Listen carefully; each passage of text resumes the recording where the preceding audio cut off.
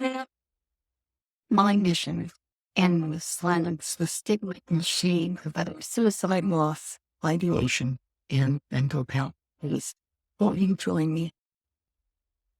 Welcome to Suicide Zen Forgiveness, podcast that shares powerful stories of suicide loss, ideation, and mental health in order to break the silent stigma and shame. Our mission is to encourage empathy for those experiencing these challenges. Every narrative serves as a beacon of hope on to touch lives and inspire resilience. Won't you join me in this journey as we share stories to help others to find hope? Please note, this podcast is for educational purposes and may contain triggering content. If you're grieving or experiencing mental health issues, please reach out to your local suicide hotline or mental health office for immediate help. And now, let's start the show. Hello there, it's great to be back. I'm Elaine Lindsay, as you hopefully know by now. And today I have a guest that I met online. We saw ourselves together for the first time in this meeting, and I am quite honestly blown away by how this young man has taken his tragedy and turned it into such a positive force in order to help men and their mental health. I am so honored to bring to you Ethan Getchell. We're going to talk all about who he is, what he does, and how he got. Hi, Hi, Elaine. Thanks for having me. I'm so honored to have you for sure. I think it's often nicer to allow my guests to tell us a little bit about themselves rather than make you sit through some long diatribe on all your accomplishments. Because I have to say, for your age, there are a lot of them. So I'll let you go ahead and tell us a bit about what you do, and then we'll get into your story. Yeah, I appreciate that. I'm 23. I'm a clinical social work fellow at Michigan Medicine. I work on the depression team, sitting with people who are struggling with depression and suicide ideation and other mental health issues. Um, in my free time, I'm passionate about men's mental health and redefining a lot of those similar things that I was hearing in the intro: the stigma, the shame, the isolation, the loneliness. Um, I try coming up with forms of healing and better ways to grieve. So I do that through a published book, Things in My Pocket, and a weekly newsletter called Hey Man. It is so excellent, and I have to say, for those of you on LinkedIn, and I know that quite a few people follow Ethan, because mm, every post has value, every post has heart and soul, and really touches something important. Because, in all honesty, we all, what I call, get on the grief train at some point. Some of us make more regular, sadly, stops and get on and off, but everybody's there, and we can all benefit from a little bit of hope. That's, I believe, what you bring to the table for sure. And see, I was not joking. He is very young. No offense, Ethan. I think it's I'm taking. absolutely wonderful uh, to have not gone into stasis when you lost your brother. That's critically important. And I know that times have changed somewhat. Early on, when I lost my friend, Andrea, we were 16 and suicide was still against the law. And that, I'm so glad we've come far enough that we're no longer in that era in most places. That being said, why don't you take us back to learn a little bit about yourself and your brother Austin, correct? Mhm. Absolutely. So part of why I write on LinkedIn, because I have a business background. So my undergraduate studies were at Hope College, which is funny, and yeah, went to a college named after Hope. Wow. Yeah, I learned a lot there about hope. Their symbol is an anchor, and anyways, we can get into that. But I was studying business at the time, and my junior year, it was a Monday, and I got a call that my brother had done suicide. And yeah, it really just threw me into this ocean of grief. And the next year was really just about surviving. And in reflection, I noticed that there really wasn't a model or a form, and there weren't a lot of male mentors in the space. And the ones that were, there wasn't a lot of talk openly about what they had been through. I did find a therapist, so that was really helpful. That was the first time I really had exposure to the world of therapy. And then about a year later, wrapping up my senior year, it was February of my senior year, finishing up my degree in business. I was planning to go into commercial real estate, talking to a mentor, and I was telling him this, and he could tell I was hesitant or had something in the back of my mind. He's like, "So what's your crazy idea?" I'd love to go into mental health counseling, really dive into this area of working with young men, boys like my brother Austin, who had been struggling in silence, because Austin's experience really exposed me to the silent suffering that a lot of boys and men go through. So he really encouraged me to pursue it. So I pivoted, called my parents. I was like, "Hey, I don't think I'm gonna start working right away. I think I'm gonna go to grad school." And they were very supportive, which really helped me continue down this path. So then I applied to University of Michigan School of Social Work. I got in. That took me 16 months, and then started this amazing fellowship. And so in about 2 years, I went from pursuing business to sitting with patients in a therapy office, and there's some tremendous imposter syndrome there, but really staying grounded with my mission and wanting to work with young men and having my own personal grief story to continue to motivate me and Austin's story to motivate me. Yeah. Oh, wow. Wow. That, well, to me, it's just incredible. It's wonderful that your parents supported you, but I'm so grateful to your mentor that he asked the right question. Mhm. Not that there's anything wrong with real estate. I think it's wonderful, but we need more of you. The crisis in men in the world is, I believe now, 4 times that of women. Mhm.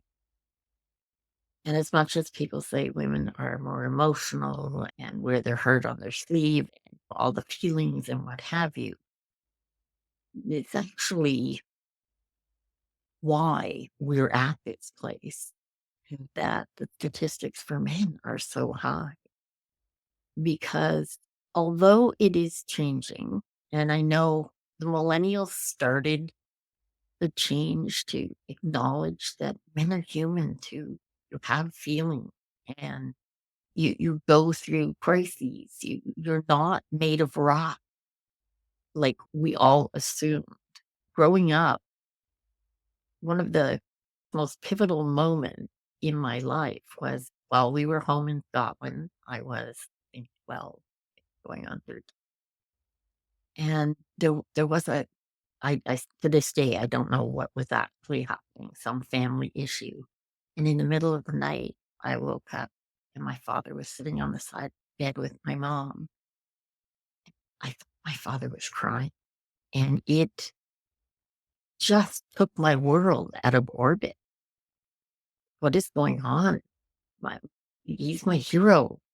Daddies don't do this. Mm, This is so wrong. And it took me a really long time to get past that and realize why would he not?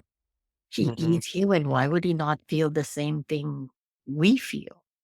And it started me questioning a number of things. But we were so used to the men are the breadwinners, they're the strong ones, they're the rock that holds the family together, just a million adages. That's an awful lot to put mm, on a young boy, to have to be all of these things. And suffering in silence, sadly, is the norm. It- mhm, for some of us females who have ideation, that's the same thing, the silent piece. But was Austin your younger brother? yeah, I'm the oldest of 3 boys. I Okay. have a middle brother, Hayden. We're all 2 years apart. So, now he's 21, but at the time, I was 20, Hayden was 18, and Austin was 16 when he passed away. Yeah. And in my reflection, we're a very close family, very loving, often told each other that we loved each other. My mom was someone who was always there for us. Both of my parents would do anything for us. And Austin had a cat, Ty, and he had a blue Camaro that he got for his 16th birthday. He was on the tennis team. So really from the outside, it looked like he had everything together. Yeah. And I think one of the things our family holds on to today is that we did the best that we could with the information that we had. Yeah. But there was a piece of a lack of information, a lack of priority for mental health. It wasn't anything that we really explicitly talked about. It was we checked on physical health, we worked out, we gave each other kind of a hard time, but there really wasn't a space to sit and be vulnerable with like, how are you doing? And I think in a house with 4 guys and my mom, who's also pretty tomboy, it wasn't like that was ever a priority. And so you talk about this kind of older model of traditional masculinity, and my take on it is it's we don't have to throw that old model out the window. There's a lot of beauty and strength in it that protecting, providing, serving, there's a need for that still today. Yeah. I think where there's a space and an opportunity and where I would like my work to fill the gaps is in this emotional intelligence piece.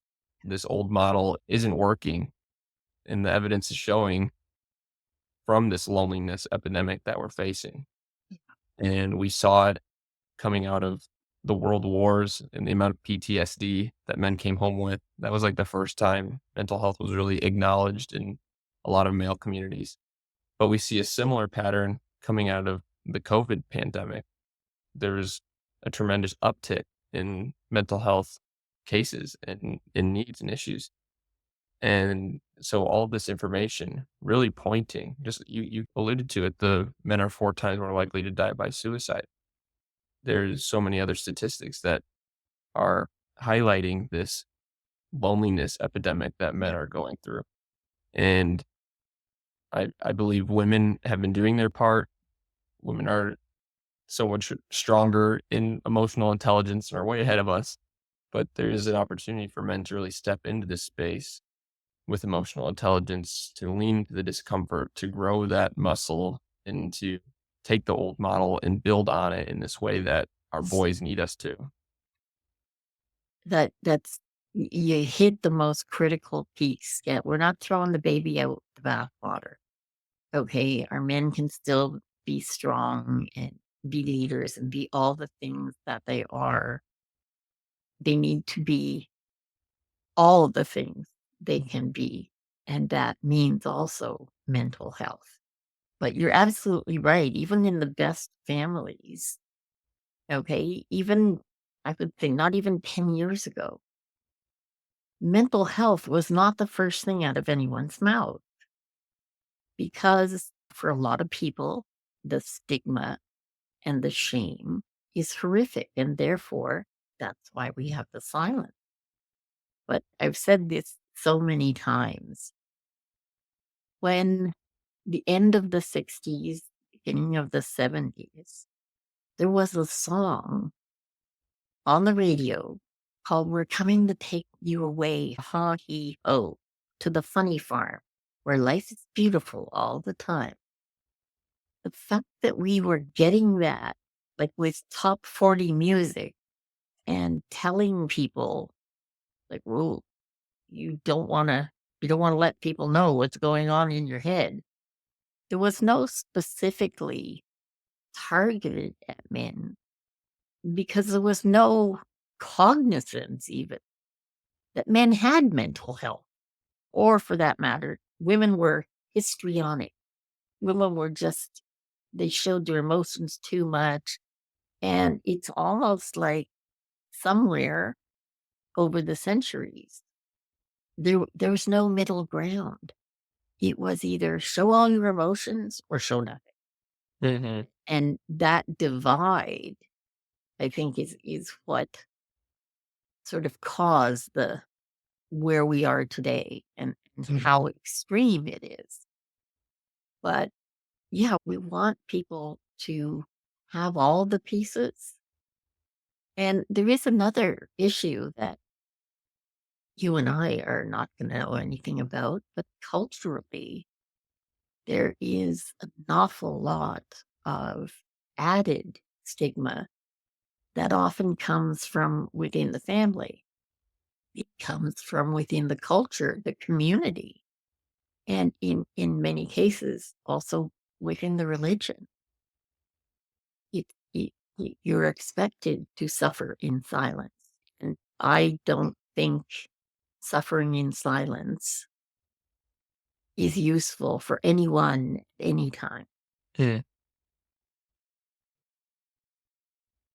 Absolutely, and my, eh, studies and passions and even grief journey, it wasn't I didn't intentionally try to go into gender studies or, like, male studies. It just became evident from my studies and passion with grief and depression, and I was sitting in U of M School of Social Work, number 1 school of social work in the US, 300 students in my class, and there were probably 10 guys, 10 men, and so looking around from a clinician standpoint, there aren't a lot of men providing in this space. There's not a lot of men contributing to the research. So there's a high demand for it, and this is where my business background comes into play. I see the demand for it and I see the lack of supply. So then I really s- see myself as a piece of that to try to help. And I think as I get into it, it becomes overwhelming how great the need is.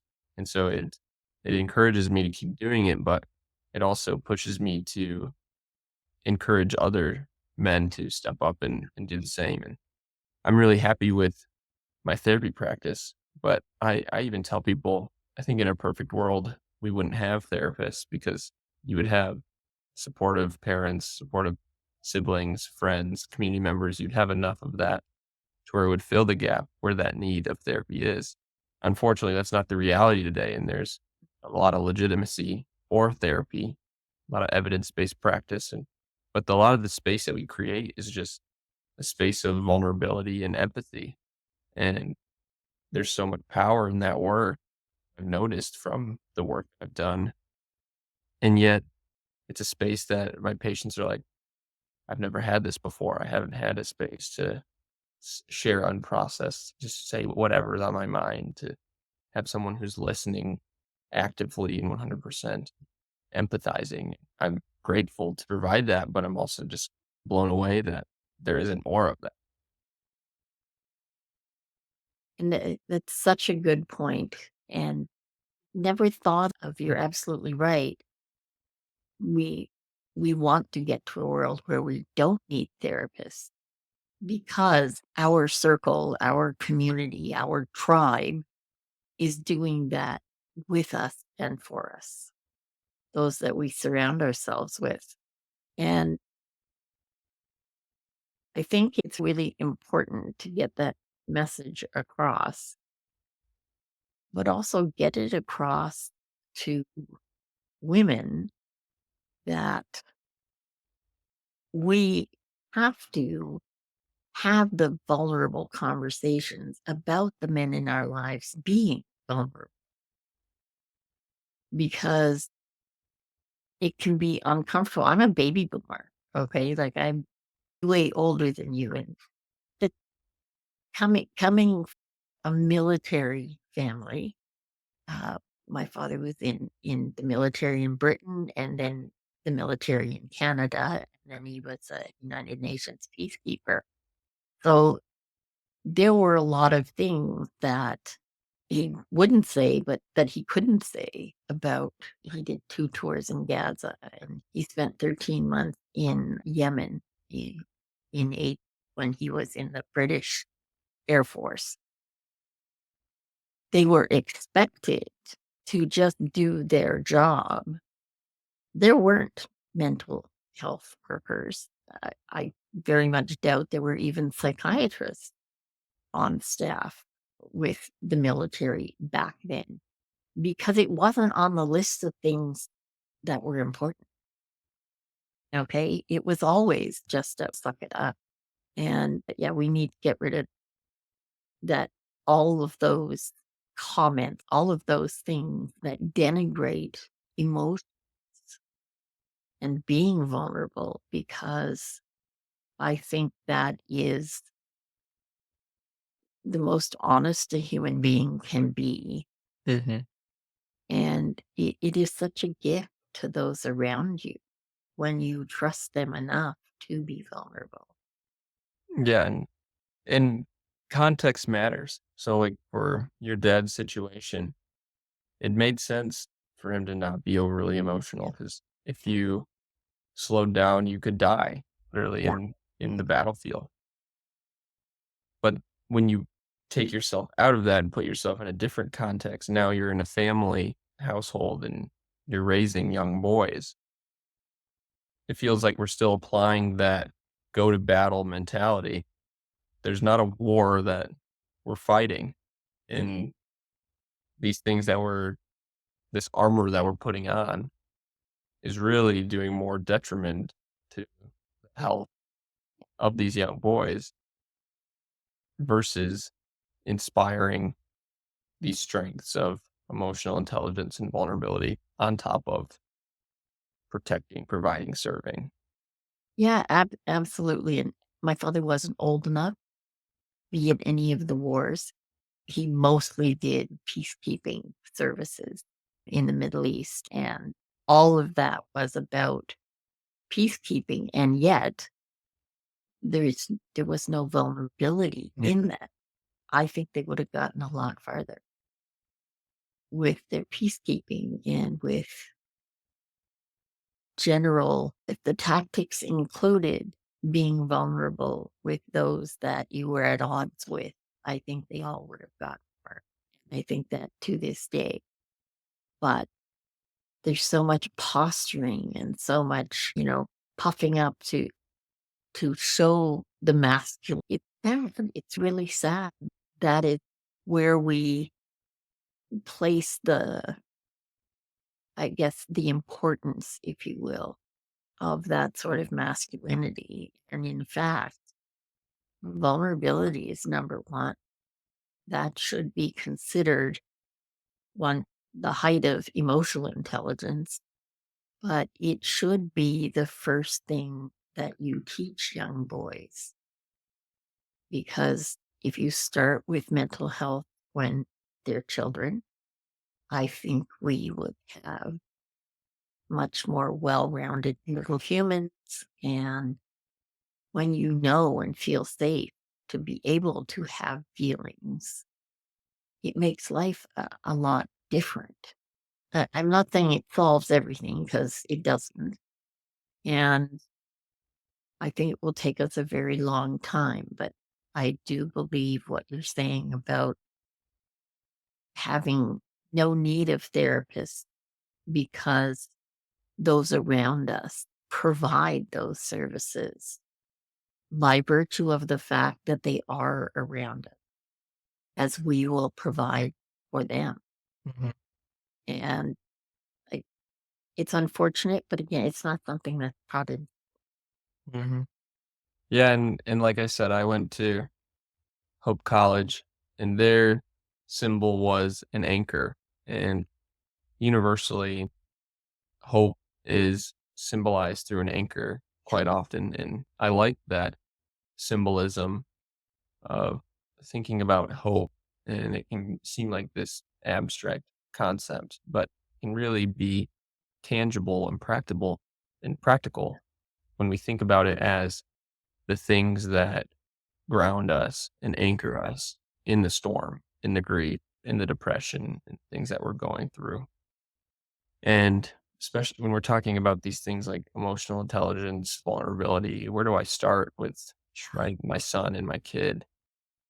You can start with personal reflection on what are the anchors in your own life that keep you grounded, whether that's your faith, your family name, values that you have, and then teaching those and instilling those into your kids and helping them build their own anchors so that when the storms come, they have things that keep them grounded and keep them here. that's beautiful. And it's funny, my mother and well, me, I as a child, I lived on the edge of the city of Leith, which is kind of part of Edinburgh. But in the square in Leith, there's a giant anchor, and that's my whole life that always knew that the seaside town, but never thought of it as yeah, that's the hope that was also people that worked on the ships. The anchor was where they came back to. They they always wanted them to be able to come back. Yeah, that's absolutely hope. Beautiful.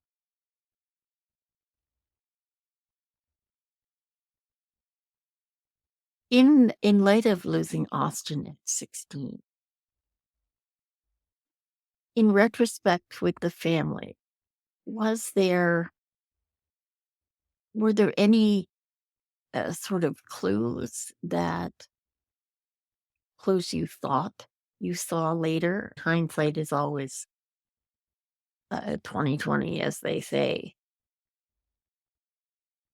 Is there is there any I don't know signs you think might be useful for people to watch out for, specifically in young men? Yeah, I think one of the pieces that my family talks about and reflects on is just how much time he spent alone. My middle brother, Hayden, and I, we were always around video games, but we never really got into it as much as Austin did. He really loved video games and technology, and so he would spend hours in his room in the basement connecting with these friends, and that was part of his justification for it was he was online with his buddies. But then he was also in this basement alone by himself and in his room by himself, and we would have weekend wrestling tournaments that I would be participating in, and he would choose to stay home during them instead of even spend entire days home by himself. And there again, we did the best that we could with the information that we had. Yeah, There wasn't, and I feel like there's only starting to be information on the consequences of technology. And at that time when it was first coming out, it was a great tool to get kids, to keep them entertained and keep them distracted. But we're starting to see a lot of research coming out about the consequences of emotional dysregulation and the lack of development that comes from spending so much time in front of a screen. And so we do wonder, and we're curious about that, just that amount of time that he spent alone. And Mm. was that time that he was spending online with friends, was that truly fostering connection? Or Yeah. was it underlying, was it making him more lonely? And not, because traditionally we don't allow or encourage our boys and men to examine their feelings, then he probably didn't really think about the loneliness so much until it became probably more consuming than we can imagine. But it's like anything else, technology and even social media, there are good things. It's not just it was a great way to babysit your kid, but it was actually really good for fine motor skills.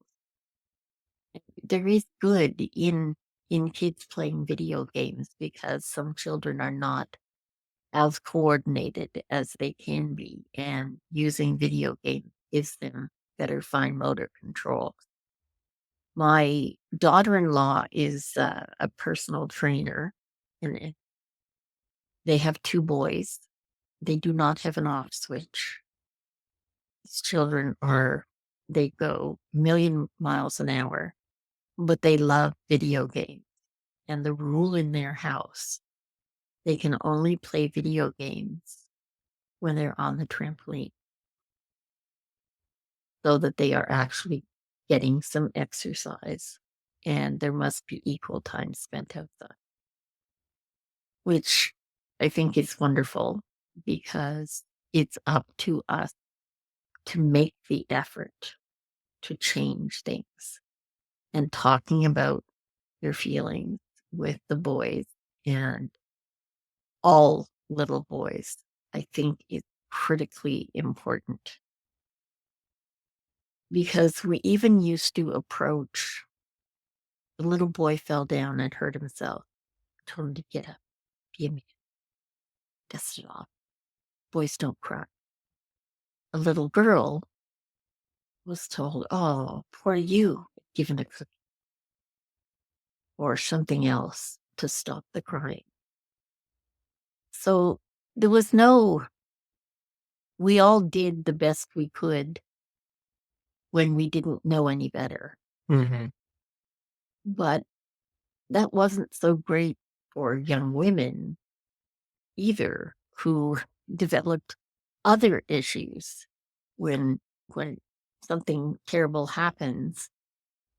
Most women will tell you they'll go for the ice cream, or because we condition our children to do these things. And I think it's important that we also get out the message that we teach all children that all emotions are valid.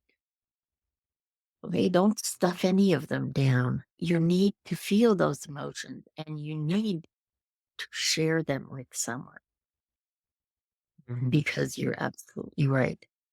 The loneliness, the feeling alone, and that can be in a crowded room. If you truly don't feel connection, it doesn't really matter where you are or who you're with. Building on making our emotions more a part of everyday life, rather than stuffing them down or hiding them or changing them or what have you, but making them a part of your day, will give our children more impetus to examine those things and not leave them in this little world of themselves, no matter where they are. Mhm. You said it early on about imposter syndrome.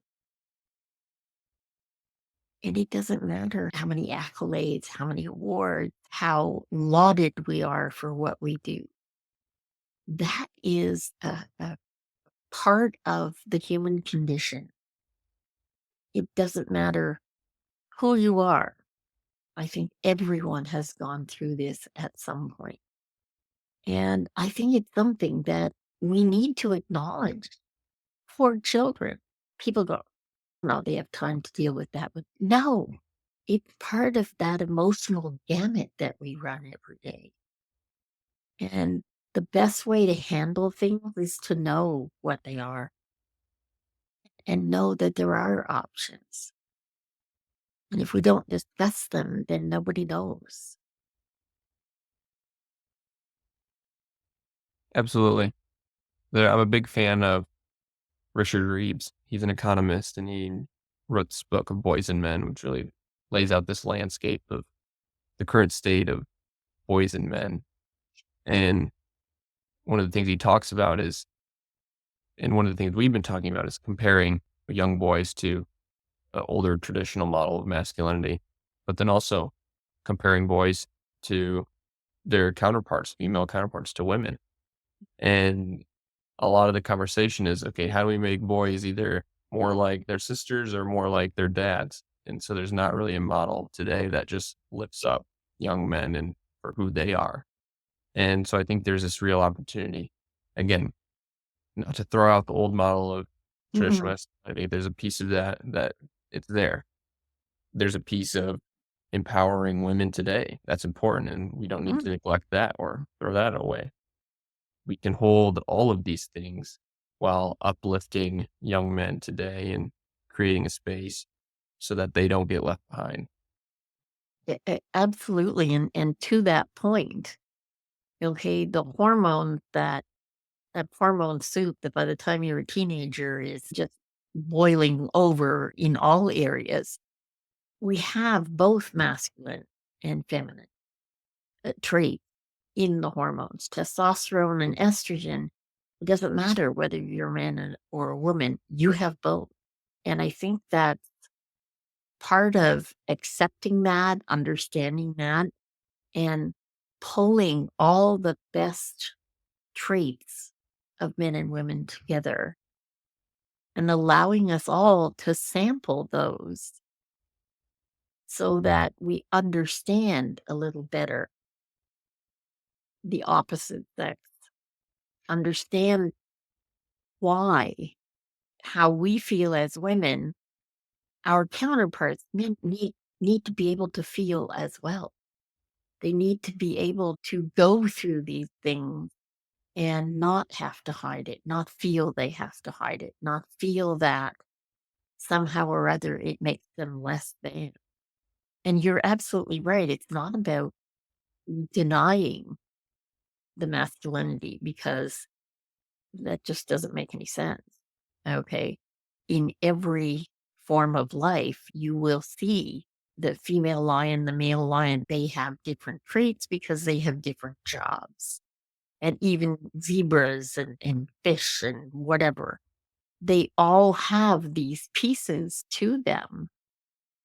And it's interesting that to me, the biggest issue we have as humans was brought by one of the greatest things we use, and that's language. If you think of all the animals, they don't speak and they don't have these kinds of issues. And that's very simplistic, I know. But my point is, we've given ourselves this huge bonus of language and being able to understand and learn about others. We need to fully utilize our language to make life better for ourselves. Absolutely. So if you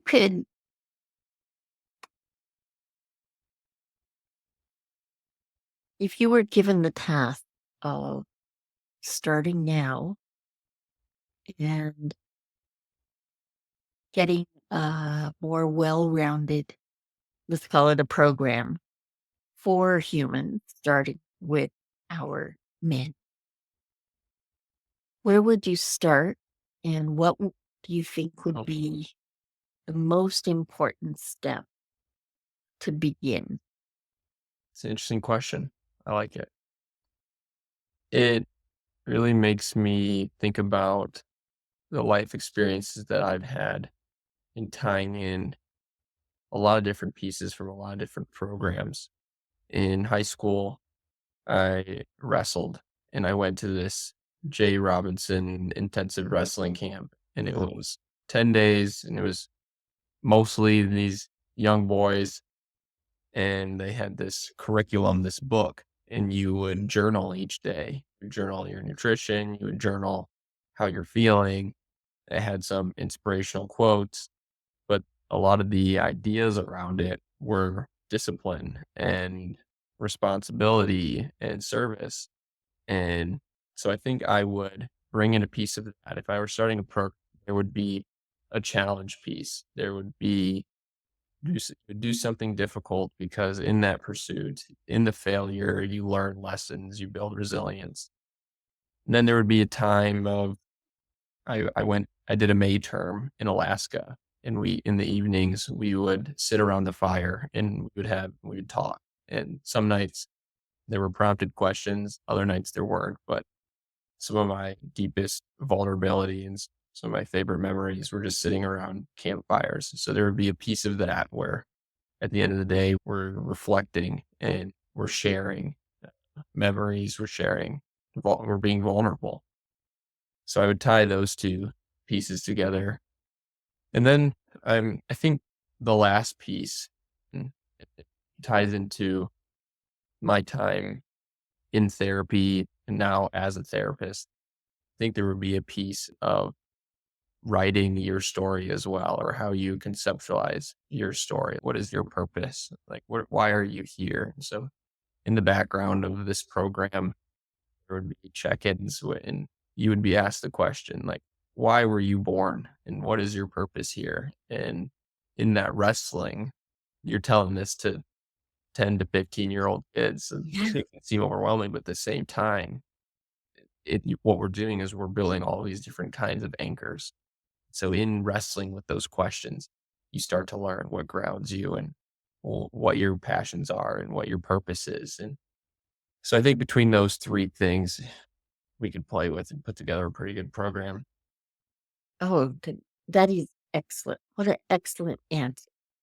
I wasn't sure I was going to get that question out right. And obviously I did because answered that amazingly.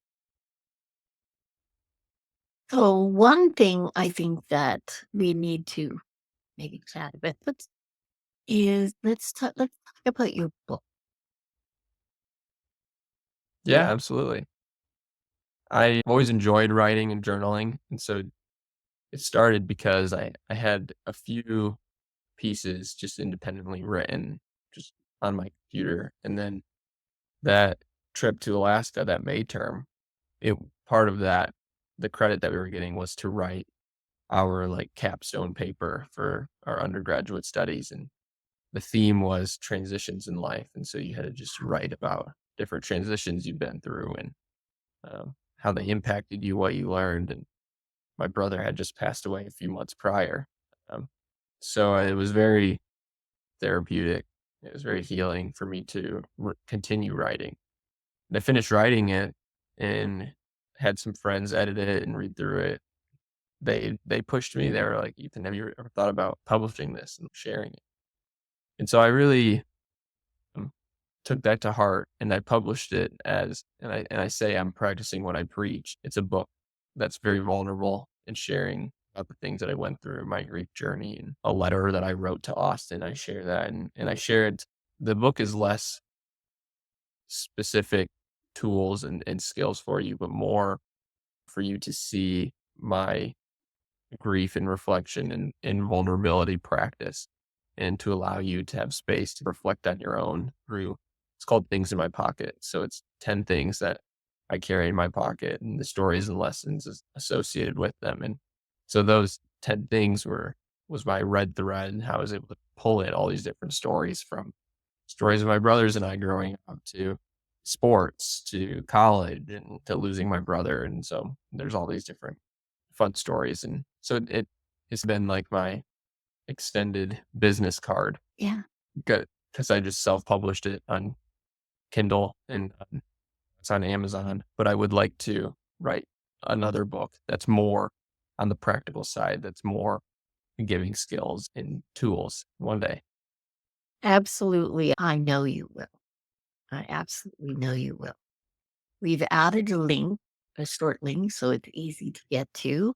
The link that's Ethan's book will take you right to Amazon so that you too can get the book.